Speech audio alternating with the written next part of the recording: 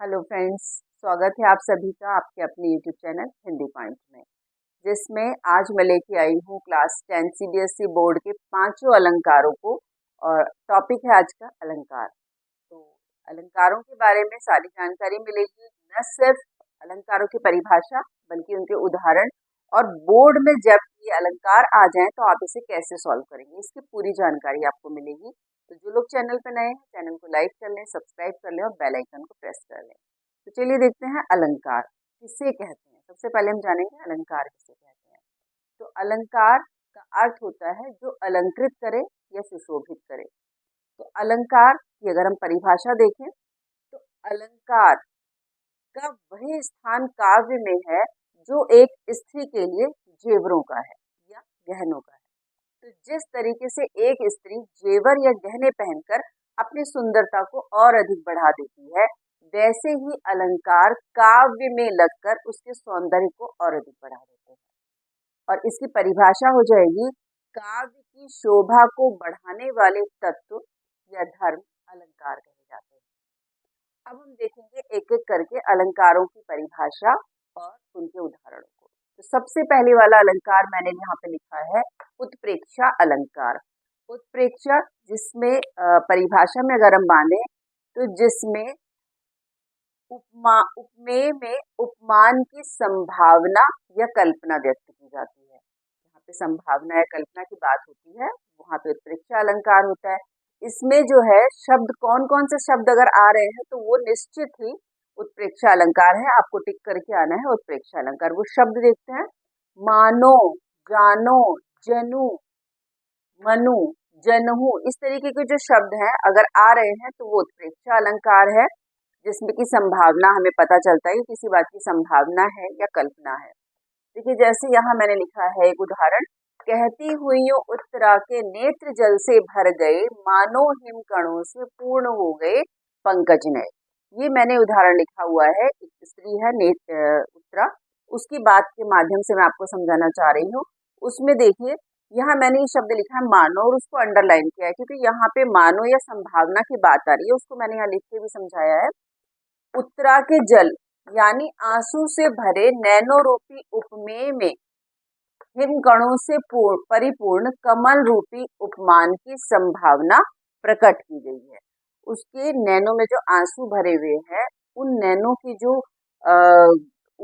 ये जो उपमेय है, नैनो रूपी उपमेय है, इसमें हिमकणों से परिपूर्ण जो कमल रूपी जो उपमान है उसकी संभावना की गई है। तो इससे आपको पता चल रहा है कि मानो शब्द से संभावना या कल्पना की जाती है। वहां वही बात यहाँ पे इस उदाहरण में मैंने आपको समझाने की कोशिश की है। दूसरा उदाहरण देखिए, मानो हवा के वेग से सोता हुआ सागर जगा। हवा का वेग इतना तेज है, जो शांत सागर है वो एकदम से हिलोरे खाने लगता है। तो ऐसा लगता है कि जैसे हवा के वेग से सागर भी जो है वो सोता हुआ सागर, मतलब जब शांत सागर रहता है तो लगता है सोया हुआ है, शांत है, लेकिन जब तेज हवा चलती है तो लगता है मानो हवा के वेग से सोता हुआ सागर जगा। तो यहाँ मान लिया गया है, मतलब कल्पना या संभावना की गई है। जैसे कि मैंने बताया मानो, मनहु, जानो वाली बात है, तो वहाँ पे उत्प्रेक्षा अलंकार होता है। फिर है तूफान को आता देख मानो समुद्र क्रोधित हो गया। अब यहाँ पे भी मैंने मानो को अंडरलाइन किया है। यहाँ जैसे कि तूफान को आता देखकर जो सागर है वो भी सागर या समुद्र क्रोधित हो गया, मतलब जब तेज तूफान आता है सागर एकदम शांत होता है, तेज तूफान के आने से क्या होता है, समुद्र भी बहुत तेजी से हिलोरे खाने लगता है, हलचल हो जाती है। तो ऐसा लगता है कि मानो जब तेज तूफान आता है तो समुद्र को भी क्रोध आ जाता है, मतलब मान लिया गया है, संभावना व्यक्त की जाती है, वहां उत्प्रेक्षा अलंकार है। फिर है सिर फट गया उसका वही मानो अरुण रंग का घड़ा।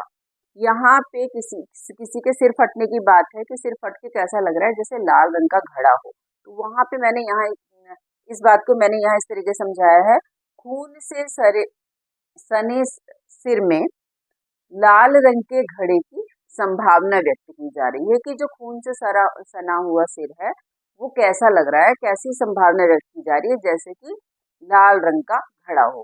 तो आई होप कि आपको उत्प्रेक्षा अलंकार समझ में आ गया होगा।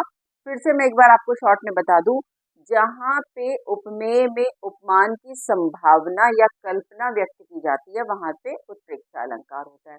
इसकी पहचान होती है मानो, मनु, जानो, जनो, इस तरीके के जहाँ शब्द आते हैं तो आपको टिक करके आना है, यहाँ लिख करके आना है कि ये उत्प्रेक्षा अलंकार है। उदाहरण कई तरीके से दिए होंगे लेकिन आपको ये शब्द अगर मिल रहे हैं तो आपको पता चल जाएगा कि ये उत्प्रेक्षा अलंकार है। दूसरा है रूपक अलंकार। रूपक अलंकार में उपमेय में उपमान की जो है उपमान का अभेद आरोपण किया जाता है, मतलब दोनों को एक मान लिया जाता है। यहाँ मैंने लिखा भी है जिसमें उपमेय और उपमान के बीच कोई अंतर नहीं होता। जैसे मैंने बताया उनमें अभेद आरोपण होता है, जहाँ उपमेय और उपमान के बीच के अंतर को समाप्त करके उन्हें एक समान कर दिया जाता है, वहां पे रूपक अलंकार होता है। कुछ उदाहरण भी लिखे हैं, जैसे मैया मैं तो चंद्र खिलौना ले। आप सबने पढ़ा भी होगा बचपन से कि कोई बालक है वो अपनी माँ से कह रहा है कि मैया मैं तो चंद्र खिलौना ले, मतलब उसे चंद्रमा का सब्स्टिट्यूट नहीं चाहिए, उसे चंद्रमा ही खिलौना के रूप में चाहिए। उसे चंद्रमा को खिलौना मान लिया है तो वो चंद्रमा जो है उसको खिलौने के रूप में चाहिए, तब वो कह रहा है कि मैया मैं तो चंद्र खिलौना ले। तो यहाँ चंद्रमा में खिलौने का अभेद आरोपण है, मतलब यहाँ दोनों को एक मान लिया गया है। दूसरा उदाहरण देखिए, चंद्रमुख। यहाँ पे मुख को ही चंद्रमा कह दिया है, चंद्र जैसा मुख नहीं कहा। अगर जैसा होता तो उपमा अलंकार होता, क्योंकि उपमा में तुलना या कंपैरिजन होता है, यहाँ पे कंपैरिजन नहीं होता, यहाँ पे अभेद आरोपण है। तो चंद्रमुख मतलब मुख में ही चंद्रमा का अभेद आरोपण है, बीच का अंतर पूरी तरीके से खत्म हो जाता है। फिर है पायो जी मैंने राम रतन धन पायो। इसमें देखिए राम रतन को ही धन बता दिया गया है।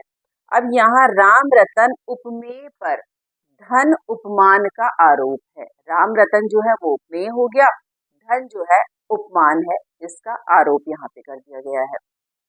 फिर है गोपी पद पंकज पावन की रज जामे सिर भीजे। अब यहाँ पे पैरों को ही कमल बता दिया गया है, कोई अंतर नहीं है। पैरों उपमेय पर कमल उपमान का आरोप है। आप लोग इसका स्क्रीनशॉट भी ले सकते हैं। तो आपने देखा रूपक अलंकार को, चलिए अब देखते हैं हम उपमा अलंकार को कि उपमा अलंकार क्या होता है।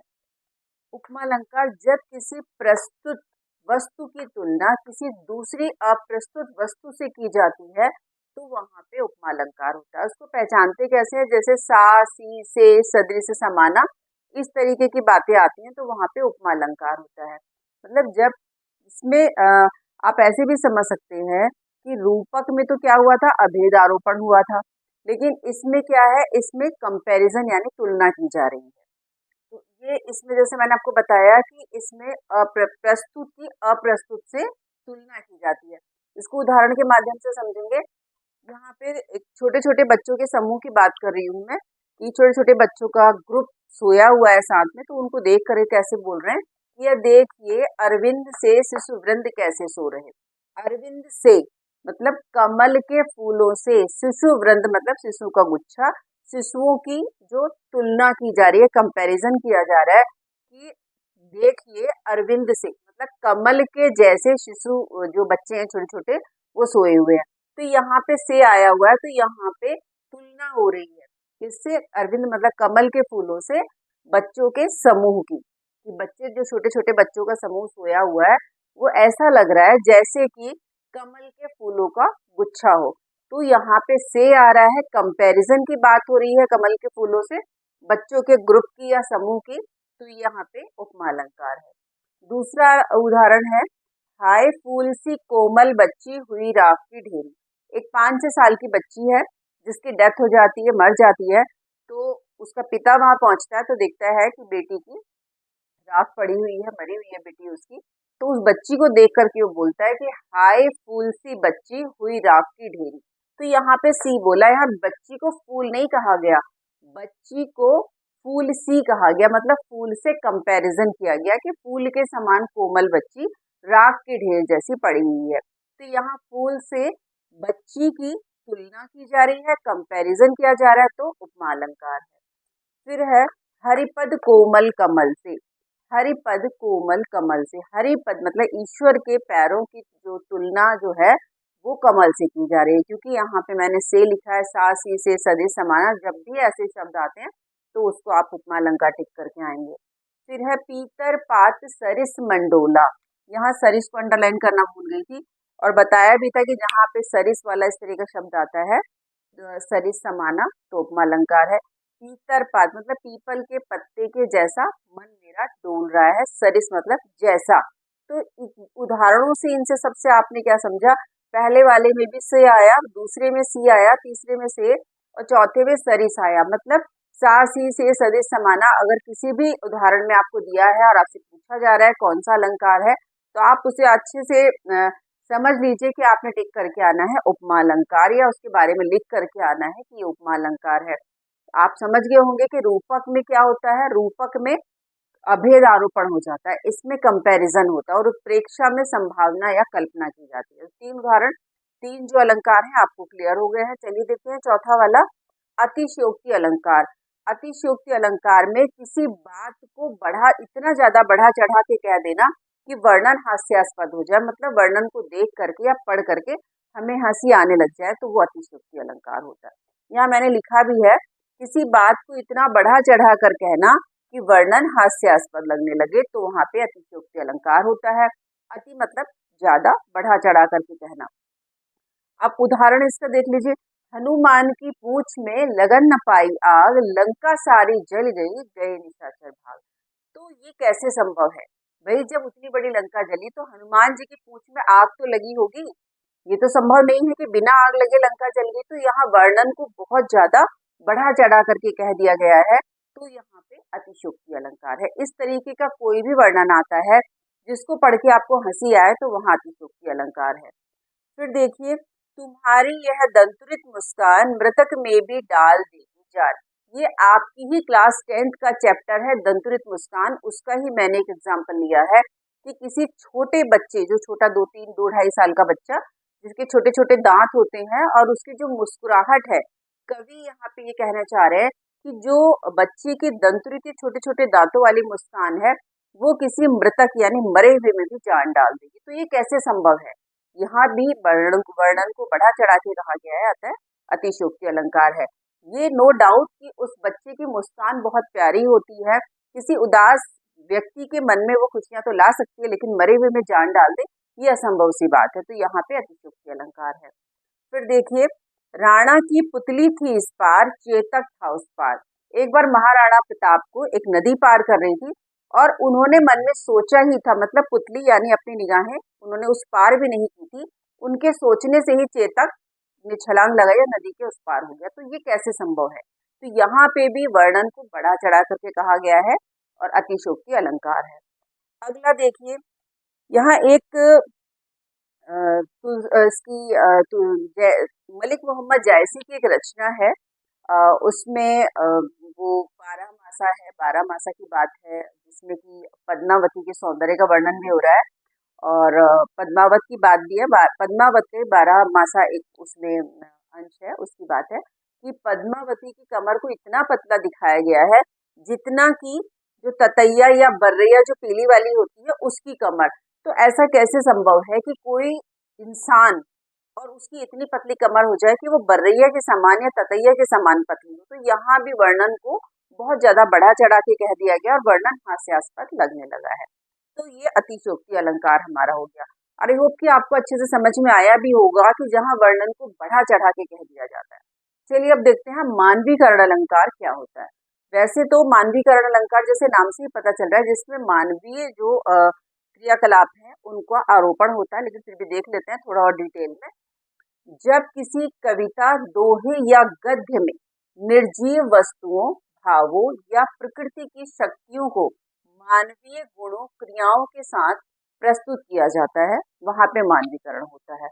मतलब जो निर्जीव वस्तुएं हैं उनके साथ जब मानवीय क्रियाकलापों का जो दिखाया जाता है, मतलब उनके साथ प्रस्तुत किया जाता है मानवीय क्रियाकलापों के साथ, तो वहाँ मानवीकरण अलंकार होता है। अब इसके कुछ उदाहरण है, उदाहरण के हिसाब से आप लोग बड़ी आसानी से समझ पाएंगे। देखिए, मेघ आए बड़े बन ठन के संवर के। अब मेघ क्योंकि निर्जीव है, प्रकृति से संबंध है इनका, तो निर्जीव है। अब यहाँ पे मानवीय क्रियाकलापों को दिखाया जा रहा है कि मेघ तो बन ठन के आ नहीं सकते, कौन आएगा बंधन के? मनुष्य की ही बात है, तो मानवीकरण हो गया, बादलों में मानवीकरण हुआ है। और यहाँ मेघ जो है दामाद के रूप में उनका मानवीकरण हुआ है कि दामाद जो है बंधन करके आ गए हैं, मेघों का मानवीकरण हुआ है।